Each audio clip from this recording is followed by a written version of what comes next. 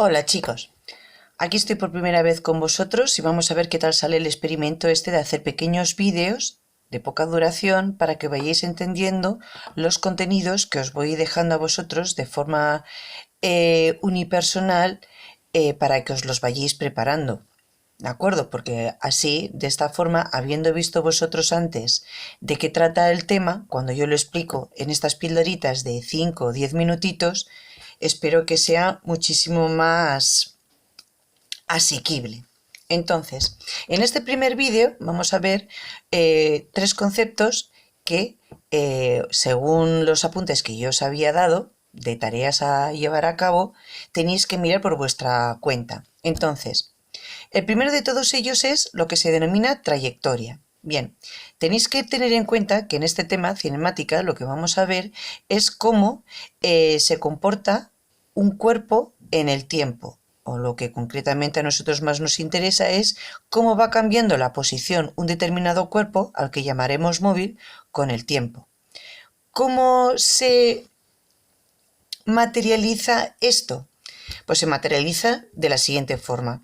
Imaginad que estos son los puntos que va adoptando un determinado cuerpo, que como ya hemos dicho, se va a llamar móvil a lo largo del tiempo. Obviamente, conforme pasa el tiempo, ocupa lo que tiene o lo que se dice una posición diferente.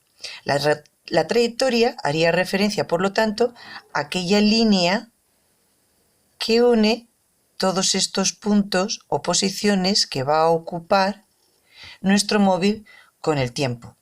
Obviamente, habiendo establecido previamente nuestro sistema de referencia y que nos sirve para, como su propio nombre indica, referenciar estas posiciones respecto a un punto fijo en el espacio. Una vez establecido nuestro sistema de referencia y habiendo trazado la trayectoria para cada uno de estos puntos y tomando siempre como referencia nuestro sistema de referencia, por eso se llama así, podemos establecer un vector. Un vector sería aquella herramienta matemática, teniendo en cuenta que este es el 1, 2, 3, 4, 5, 6, este sería el punto 6. Sería aquella herramienta matemática que, partiendo de nuestro sistema de referencia, nos sirve para trazar un determinado vector. ¿De acuerdo? ¿Cómo se representa matemáticamente este vector? Pues matemáticamente este vector se representa en primer lugar con la letra que le corresponde, P de punto, y puesto que se trata de un vector, puesto que tiene módulo, una determinada dirección y un sentido marcado por la flechita, toda magnitud vectorial siempre se va a representar con una flechita encima. Como veis, como estamos en un sistema de dos dimensiones, tendrá una componente en X a la que le corresponderá un determinado vector unitario y una componente en Y a la que le corresponde un vector unitario J. Estos vectores unitarios Y y J serían como una escala de cuántas veces están contenidos. Por lo tanto, si yo tengo un vector que tiene de coordenadas 3i más 4j, significa que su módulo contiene 3 veces al vector unitario y que hace referencia al eje X y 4 veces al vector unitario J, o lo que es lo mismo, el módulo que contiene 4 veces al vector unitario J. ¿De acuerdo?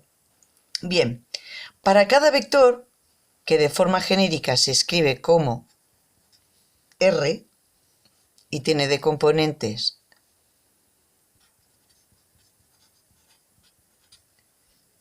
y en unidades del sistema internacional metros, se puede calcular su módulo. El módulo de un vector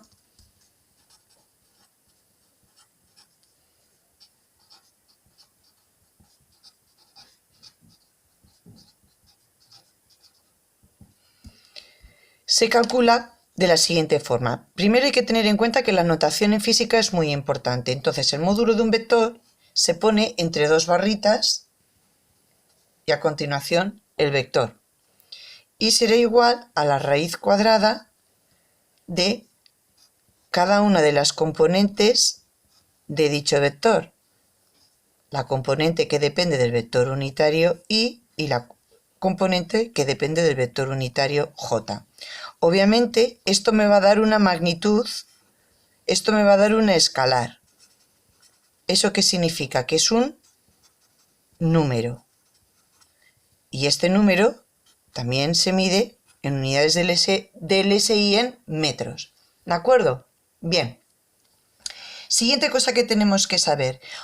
¿Cómo nosotros entonces podemos representar la variación de un vector? Que si os fijáis en este caso, nuestro vector haría la siguiente variación de dirección: 1, 2, 3, 4, 5, 6, hasta aquí llega al punto 6, 7 y así sucesivamente.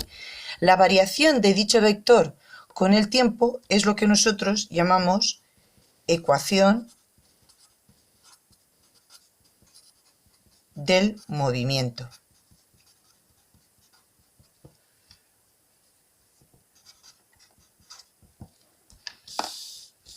La ecuación del movimiento no es más que una expresión que tiene la siguiente forma. Es nuestro vector, pero dependiente del tiempo.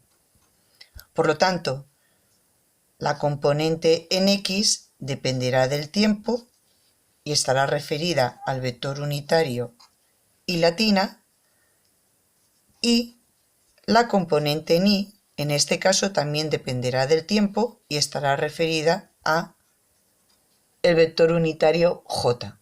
De la misma forma, la ecuación del movimiento, al igual que si se tratase de un vector cualquiera que está representando un punto cualquiera en nuestra trayectoria, también está expresada en metros.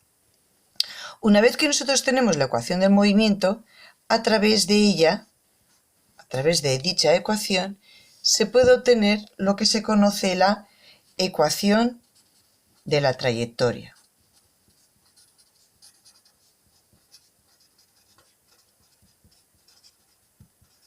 La ecuación de la trayectoria nada más que sería una expresión matemática que me daría cuenta de la forma matemática que tiene esta trayectoria. Es decir, imaginaros, si hubiera sido una trayectoria lineal, su forma sería algo tal que así, en el caso de que la trayectoria fuese lineal.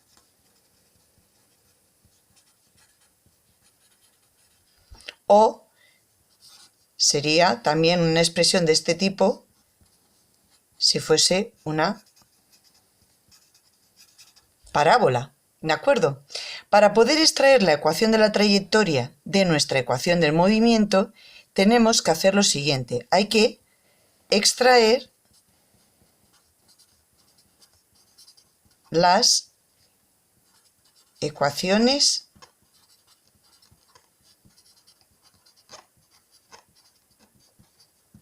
paramétricas del movimiento.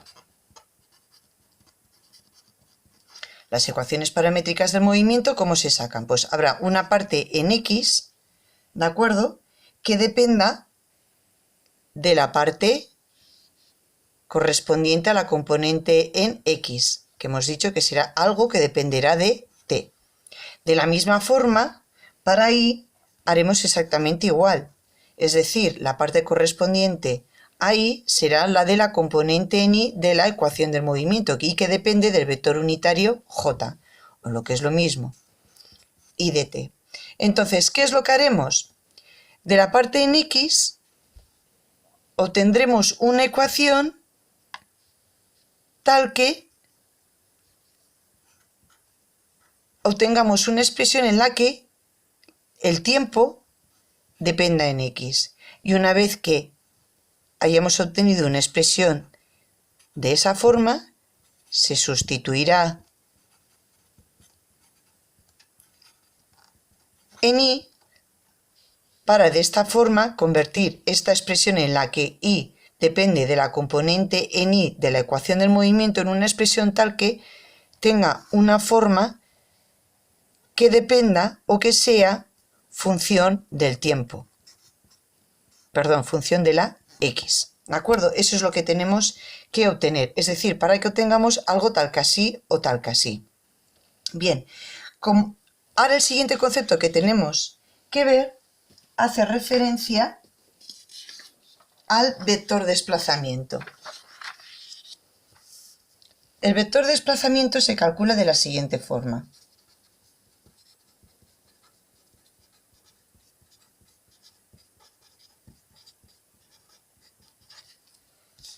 Imaginad que ahora nosotros no solamente computamos este vector, el P6, sino que tenemos en cuenta este otro vector, que siguiendo las mismas pautas que hemos seguido para aquí, si este era 1, 2, 3, 4, 5 y 6, 7 y 8, este sería el vector P8.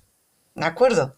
¿Cómo calculamos el vector desplazamiento? Pues el vector desplazamiento es un vector tal que va desde la puntita de una flechita a la siguiente. ¿De acuerdo? Es decir, de la posición inicial de nuestro vector, es decir, aquel vector que se encuentra antes siguiendo la trayectoria de nuestro móvil, a aquel vector que se encuentra después. Es decir, este vector que nosotros obtenemos aquí es lo que se conoce como el vector desplazamiento,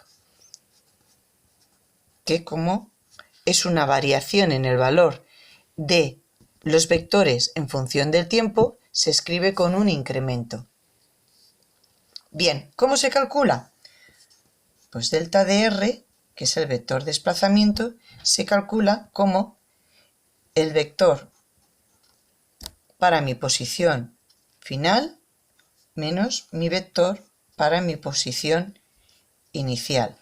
Acordaros que este es el vector final y este es el vector inicial. ¿De acuerdo? En nuestro caso, y haciendo uso del ejemplo que tenemos, la posición final correspondería al vector P8 menos el vector P6. Y me tendría que salir otro vector que tuviese componente en Y y que tuviese componente en J y en unidades metros. Bueno, pues hasta aquí es todo lo que vamos a explicar. A continuación os haré el ejemplillo de las fotocopias.